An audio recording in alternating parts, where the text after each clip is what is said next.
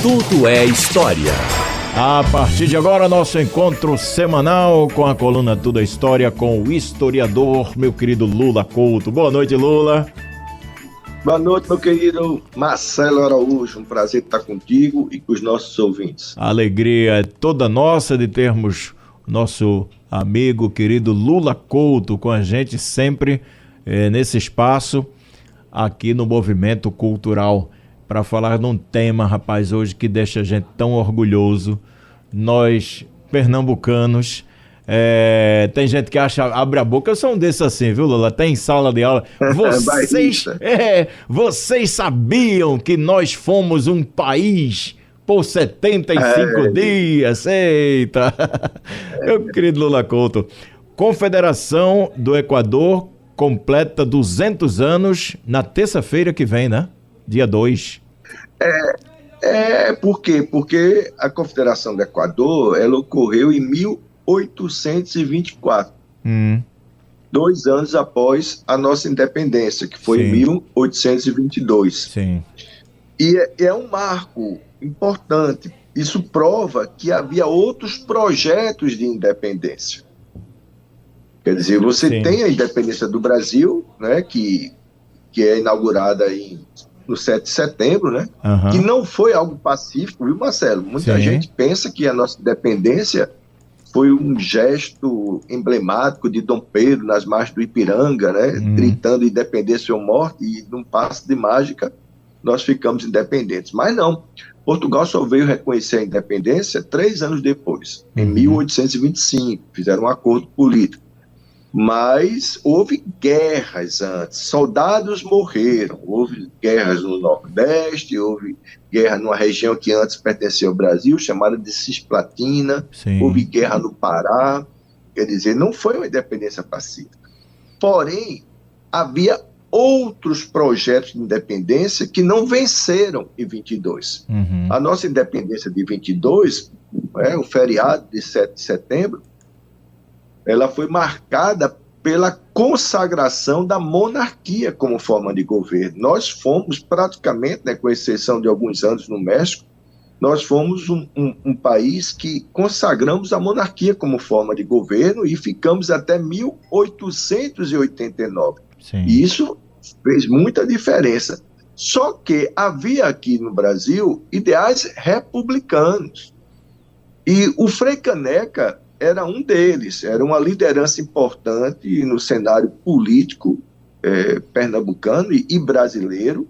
O Frei Caneca, que estudou no seminário de Olinda, ele disse uma frase criticando Dom Pedro I, chamando ele de arrogante, de autoritário, porque tinha sido fechada, sabe, Marcelo, a Constituinte de 1823. Essa Constituinte, que estava sendo organizada, estava debatendo sobre as futuras leis do Brasil, estava ocorrendo lá no Rio de Janeiro.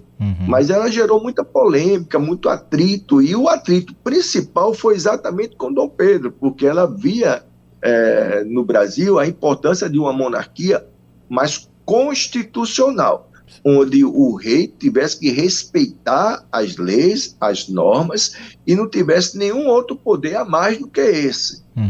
Mas o Dom Pedro e muitos dos seus aliados e muitos fazendeiros de São Paulo, do Rio de Janeiro, fazendeiros poderosos, empoderados, diziam que não, que como o Brasil era um país do tamanho de um continente, era o maior país do continente americano, então nossa independência tinha que ser centralizada num poder maior. Eles já estavam ali vislumbrando um quarto poder, sabe, que seria o poder moderador. Então iria existir o legislativo, o executivo, o judiciário e o moderador. E Dom Pedro iria ocupar 2 poderes, o poder executivo e o poder moderador. Olha, o nome já diz, moderador é quem está acima de tudo. É quem vai moderar, quem vai organizar. E aí o imperador e seus aliados, eles fecharam essa Constituinte, prenderam a oposição. Então, o movimento de 24 em Pernambuco, ele é um movimento que o estopim foi exatamente essa atitude arrogante de fechar a Constituinte e de impor uma Constituição. Sim. A nossa Constituição, a nossa primeira Constituição, que surgiu em 1824, ela não foi precedida de uma Assembleia, Marcelo, de um debate público. Não houve isso. Ela foi imposta. Alguns juízes se reuniram, estabeleceram as normas, os padrões, e o imperador, a gente usa no direito a palavra outorgou, impôs essa Constituição. E evidentemente que era uma Constituição da cara, do jeito que o imperador queria, o imperador e seus aliados. Ou seja, o poder ficou muito concentrado em suas mãos. Então, a Confederação do Equador, entre vários outros motivos, é uma resposta a essa atitude autoritária do Dom Pedro I e dos seus aliados. Então, voltando ao que disse o Frei Caneca, e o que disse Frei Caneca está guardado aqui nos arquivos de Pernambuco. Ele disse o seguinte: somos brasileiros e queremos ser brasileiros, porque falta ao Brasil a república, porque praticamente todo o continente americano é república. E aí ele critica bastante essa arrogância, esse centralismo do imperador, e aí nós temos o estopim para uma revolta armada. Revolta essa, Marcelo, que 7 anos antes já tinha ocorrido em Pernambuco. Foi a Revolução Pernambucana, dia 6 de março. Sim. Então, quando você abriu a nossa coluna falando de como Pernambuco tem esse sentimento assim de ser um estado que está à frente, que faz reivindicações, que protesta, vamos lembrar que 7 anos antes, em 1817, já tinha ocorrido uma rebelião muitíssimo parecida com a Confederação do Equador. Foi a Revolução Pernambucana, que o Frei Caneca estava lá. Sim. Veja como os padres participavam ativamente da política. Padre Miguelinho, o Frei Caneca, pelo fato de nós termos um dos colégios mais antigos na formação de padres de todo o nosso país, que foi o seminário, é o Seminário de Olinda, onde esses padres, eles discutiam sobre política, liam filosofia, liam as revistas francesas, estudavam latim. Então eles terminavam sendo influenciados por esses ideais revolucionários. Então, quando ocorre a Confederação do Equador, ela já tem um precedente, já é uma experiência. Então, lá na Revolução Pernambucana, 73 dias. Confederação do Equador, 75, 73 dias também. Então, olha, vai juntando que dá muito tempo de independência. Nós fizemos a nossa bandeira lá na Revolução Pernambucana, confirmamos ela na Confederação do Equador. Agora, tem uma diferença importante na Confederação do Equador, meu querido Marcelo, e os nossos ouvintes. Só o fato de ela ser chamada de confederação já indica que houve a adesão de outros estados. Então, a gente tem a adesão da Paraíba, do Rio Grande do Norte, do Ceará, de uma parte do Piauí. Por isso que o nome é confederação, que significa união, mas preservando as autonomias dos estados. Então, é um movimento mais robusto, sabe? Então, é um movimento mais potente, um movimento armado pela independência. A gente chama também de um movimento separatista nesse sentido. No Brasil, houve vários movimentos separatistas, Marcelo. Houve vários. No começo, houve a tentativa da Inconfidência Mineira. Não começou, nem teve tiro. Descobriram antes. Depois houve a tentativa da Conjuração Baiana. Também não teve tiro, não teve bala. Não foi uma insurreição. Descobriram antes e prenderam os envolvidos. Aí veio a de Pernambuco, essa sim. Essa é uma insurreição, que significa luta armada. E logo depois vem a Confederação do Equador.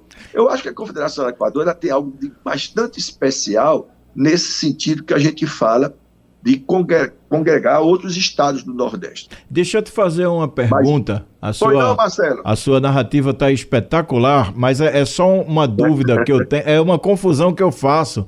Quando é que nós perdemos territórios de Alagoas, Sergipe, me parece uma parte da Bahia? É na Revolução Pernambucana ou é na Confederação do Equador, professor Lula? Revolução Pernambucana, Marcelo. Então é antes, né? Agora, só para alertar os nossos ouvintes, a Revolução Pernambucana também é chamada de Insurreição Pernambucana Sim. de 1817. Tem Sim. que ter cuidado com esse final. Uhum. Por quê? Porque bem antes houve também a Insurreição Pernambucana, que foi o conjunto de batalhas contra os holandeses, contra os Guararapes, Sim. Tabocas, Tejucupá. Então, não confundir Insurreição Pernambucana, conjunto de batalhas para expulsar os holandeses, com a Insurreição Pernambucana de 17. Ok. Foi bem. Então, era uma forma de punir Pernambuco. Sim. Né? Você retalhar o Estado e nós perdemos território. O Pernambuco, Marcelo, tinha toda a margem do Rio São Francisco, que hoje pertence à Bahia. Sim. Pertencia a Pernambuco. Pernambuco era muito maior. Grande, né? Mas foi sendo retalhado. Então, é uma data expressiva essa da Confederação do Equador. Eu diria que é o segundo tempo. Aí, eu estou diante do grande Marcelo Araújo, o jovem representante da crônica esportiva de Pernambuco. A Confederação do Equador, meu querido Marcelo, foi o segundo tempo. Boa. O segundo tempo de um jogo. O primeiro tempo foi a Insurreição Pernambucana. Sim. O segundo tempo foi a Confederação do Equador. Tem jogo, né, Lula? Tem jogo, né? Oi? A turma disse assim, tem jogo ainda, né? Tem jogo ainda, até os 45 minutos do segundo tempo. Até o jogo termina quando o juiz apita, né, Marcelo? Isso, perfeitamente, Lula.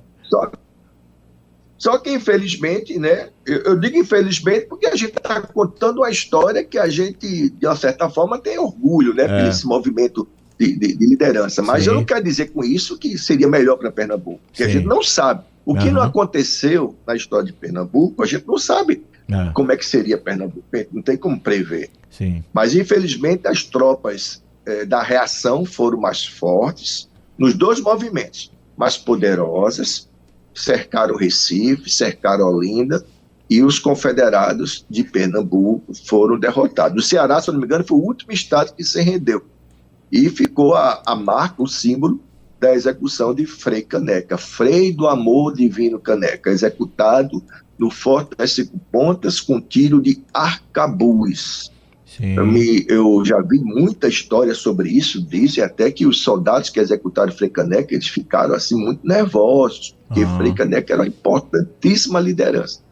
Eu considero até que Frei Caneca devia sim ser o representante da República Brasileira, sem nenhum demérito para o Tiradentes, para o 21 de abril, que é um feriado nacional, mas o Frei Caneca ele foi mais contundente, foi um representante de fato de uma rebelião armada, participou das duas, a Insurreição Pernambucana e da Confederação do Equador, e foi executado exatamente pela sua liderança. Muitos pares foram executados em Pernambuco pela sua liderança, Marcelo.